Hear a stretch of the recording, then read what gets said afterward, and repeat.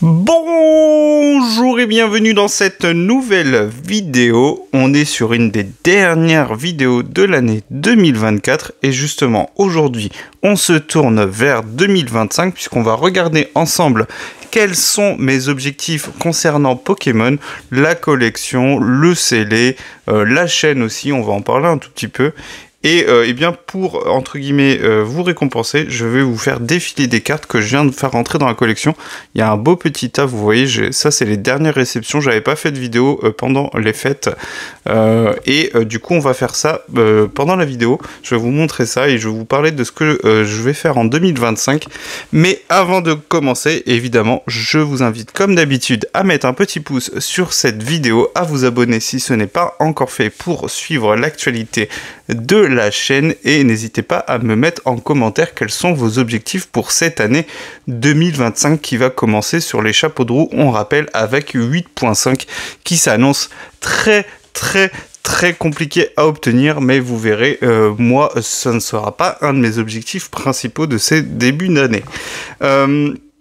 Aussi, je vous souhaite de bonnes fêtes. Je ne sais pas si j'aurai l'occasion de vous souhaiter une bonne année, mais ça sera sûrement fait une des premières vidéos de 2025 ou la dernière vidéo de 2024 si je tourne encore une vidéo cette année.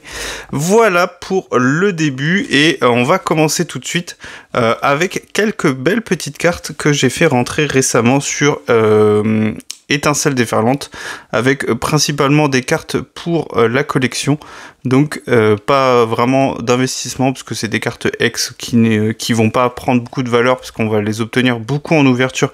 Il y a quand même beaucoup de gens qui vont ouvrir du EV8 et du coup ça c'est des cartes que je vais garder pour la collection. Le Curem c'est parce que je vais aller chercher la full art, le Libégon j'ai déjà la full art donc du coup il me manquait la ex, le Tréoxydre j'ai la full art, non je crois pas que j'ai la full art mais j'ai la SAR. Donc du coup, il me manquera la full art à aller chercher. Et le Monaflamite, j'ai la full art à aller chercher. Donc comme ça, ça me permet d'avoir les deux ex et full art. Donc, on va commencer un tout petit peu avec d'un point de vue technique. Je vous mettrai des liens sous la vidéo en description si vous voulez vous renseigner un peu plus sur cette théorie. Donc c'est un acronyme SMART, hein, c'est de l'anglais. Donc chaque lettre symbolise un mot. Donc S, c'est specific. M, c'est measurable. A, donc le A, c'est achievable. Le R, c'est realistic. Et le T, c'est time bound. Je vais vous les expliquer en français juste après, ne vous inquiétez pas. Et juste pour le contexte et la culture, c'est de George Doran, donc sûrement quelqu'un qui travaillait sur des recherches, donc en termes d'objectifs et ainsi de suite, de management, puisque on est plutôt sur ces... on est plutôt dans ces domaines-là. Donc ça vient d'un livre donc dans les années 1980. Et donc, de manière assez simple, c'est des adjectifs, des critères que vous pouvez utiliser pour définir vos objectifs, hein, ça ne concerne pas uniquement Pokémon, ça peut être dans la vie de tous les jours. Donc S, eh bien, ça signifie donc simple à comprendre. C'est simple à comprendre, pardon, c'est des objectifs qui sont spécifiques, c'est-à-dire que vous définissez très clairement, de manière claire et simple, des objectifs. Par exemple, me concernant, là, dans ce début de vidéo, on va se concentrer sur Comiya, qui est quand même le cœur de la chaîne. Eh bien, idéalement, en 2025, évidemment, j'aimerais bien obtenir toutes les cartes avec une illustration de Comiya, donc celle qu'il me manque évidemment, mais on va le voir après que ça risque d'être un peu compliqué, donc ça sera peut-être pas atteint en 2025, ça sera peut-être sur le long terme, mais en tout cas, moi, mon objectif l'année prochaine, ça sera d'obtenir le plus grand nombre de cartes.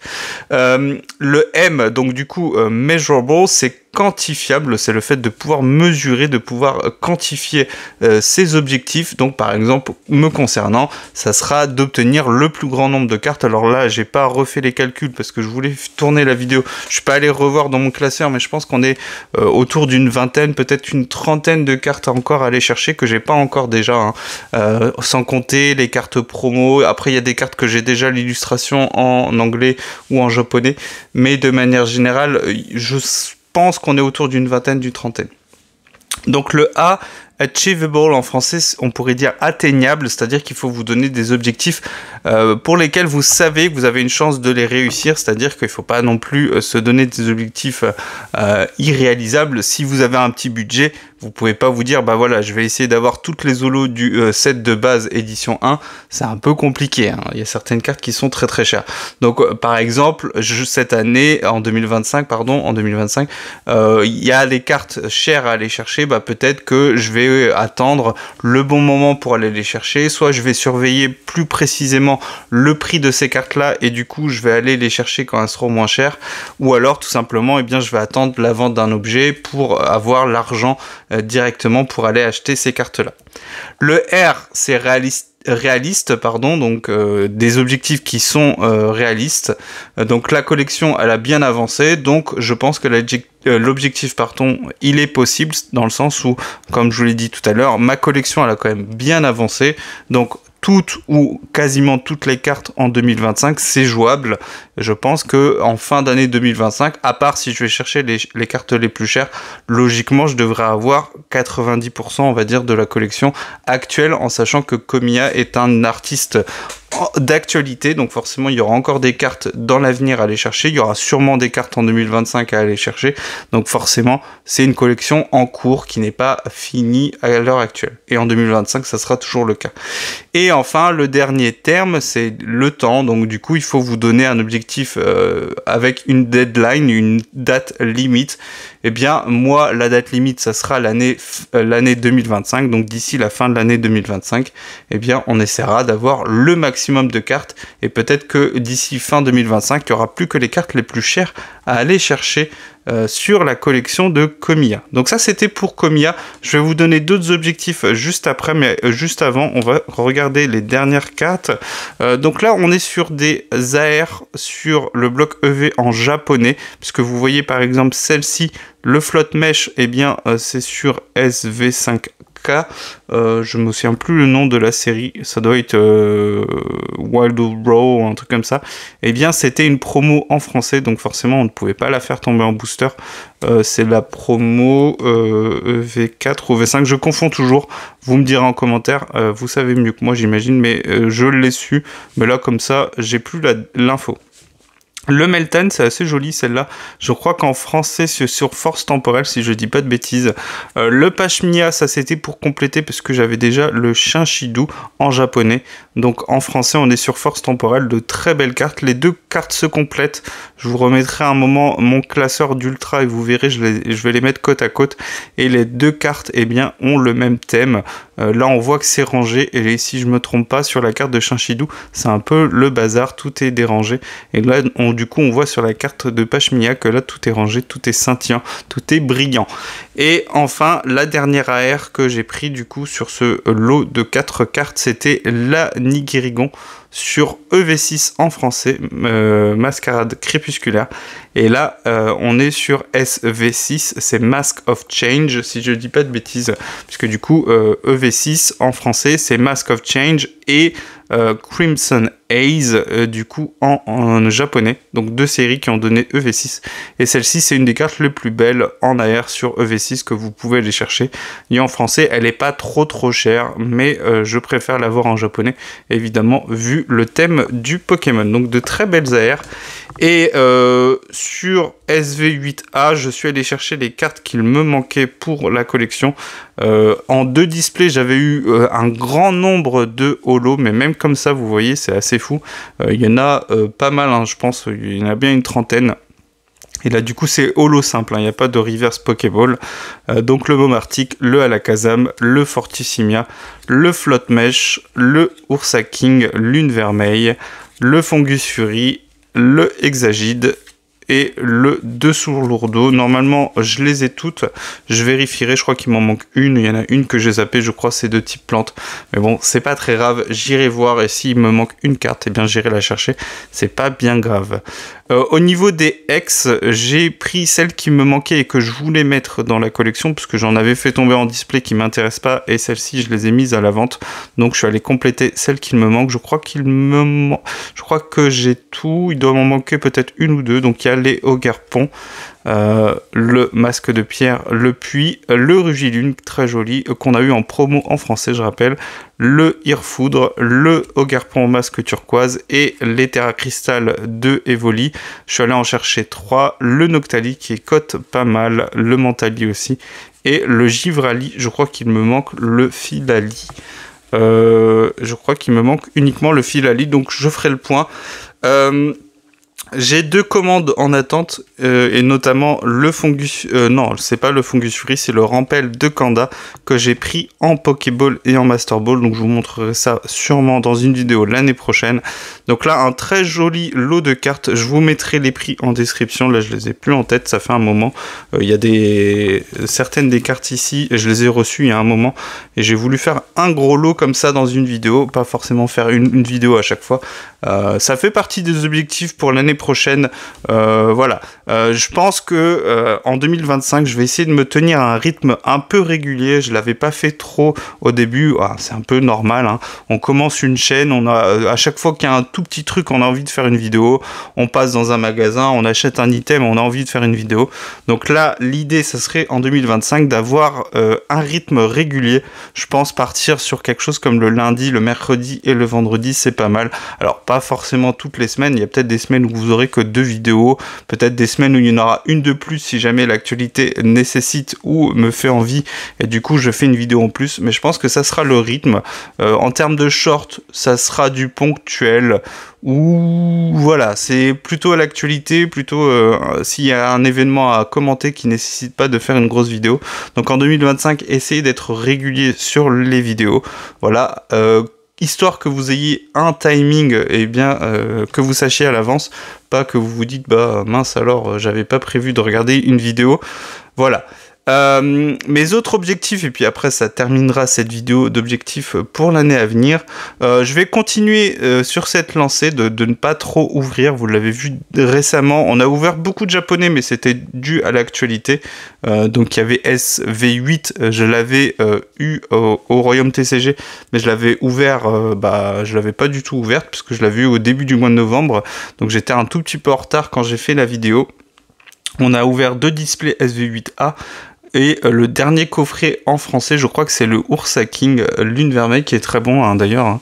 N'hésitez pas si vous êtes intéressé, puisqu'il y a quand même 2 EV8 et Origine Perdue, si je dis pas de bêtises, mais je crois que c'est bien Origine Perdue.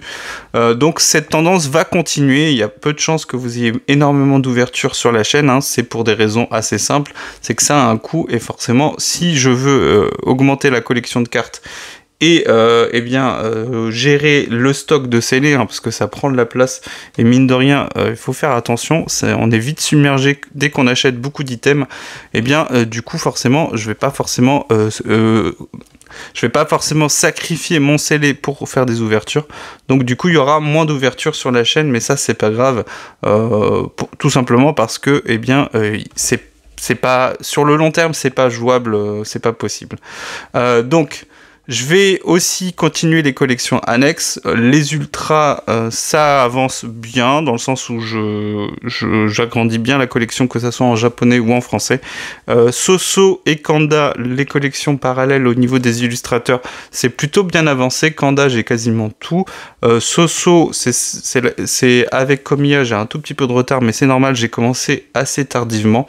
Je pense pas que je partirai sur d'autres illustrateurs, même s'il y a quand même quelques illustrateurs qui me tenteraient bien, mais c'est déjà beaucoup, 3 collections en même temps, donc faut pas trop s'éparpiller, hein. Ça c'est un conseil que je vous donnerai.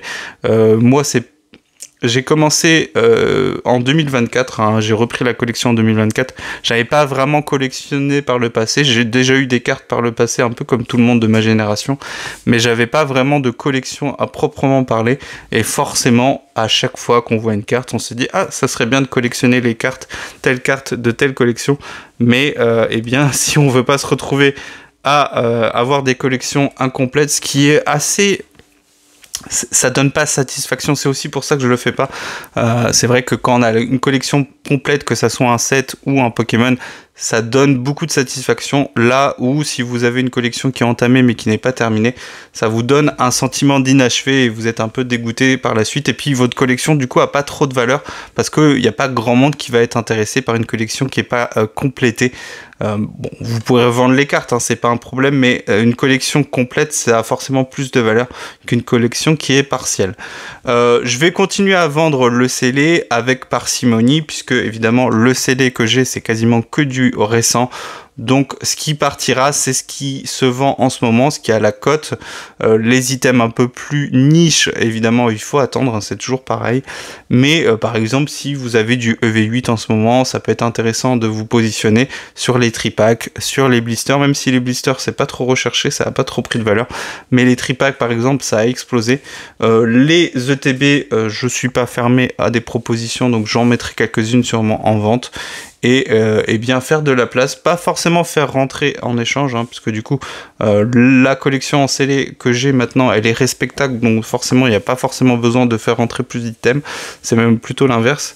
J'avais évoqué de faire grader les AR de Kamiya sur EV, je pense que je vais continuer à y réfléchir, et évidemment en 2025, je vais continuer à faire grandir la chaîne avec de nouvelles vidéos, peut-être de nouveaux concepts si des idées me viennent, et aussi avec vos retours évidemment, continuez à vous écouter et à vous répondre en commentaire, mais aussi au-delà si jamais vous êtes intéressé.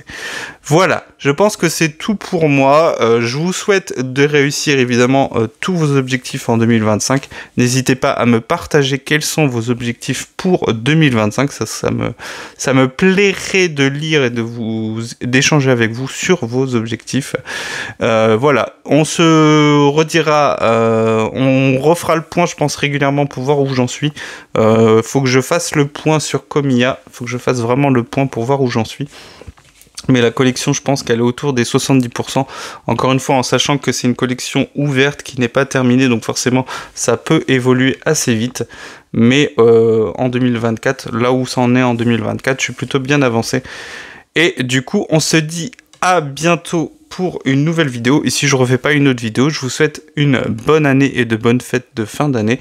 Et on se revoit bientôt, soit pour une ouverture, parce que quand même, hein, ça me fait plaisir, donc j'aimerais bien en faire de temps en temps, ou la présentation de collections, ainsi de suite, ou des podcasts. Vous avez l'habitude maintenant à force. Et comme il y a 8.5 qui arrive prochainement, vous avez l'habitude, il y aura des vidéos analyse de taux de drop, de sets et ainsi de suite. Et voilà, c'est tout pour moi pour cette vidéo. On se dit à bientôt. Allez, ciao!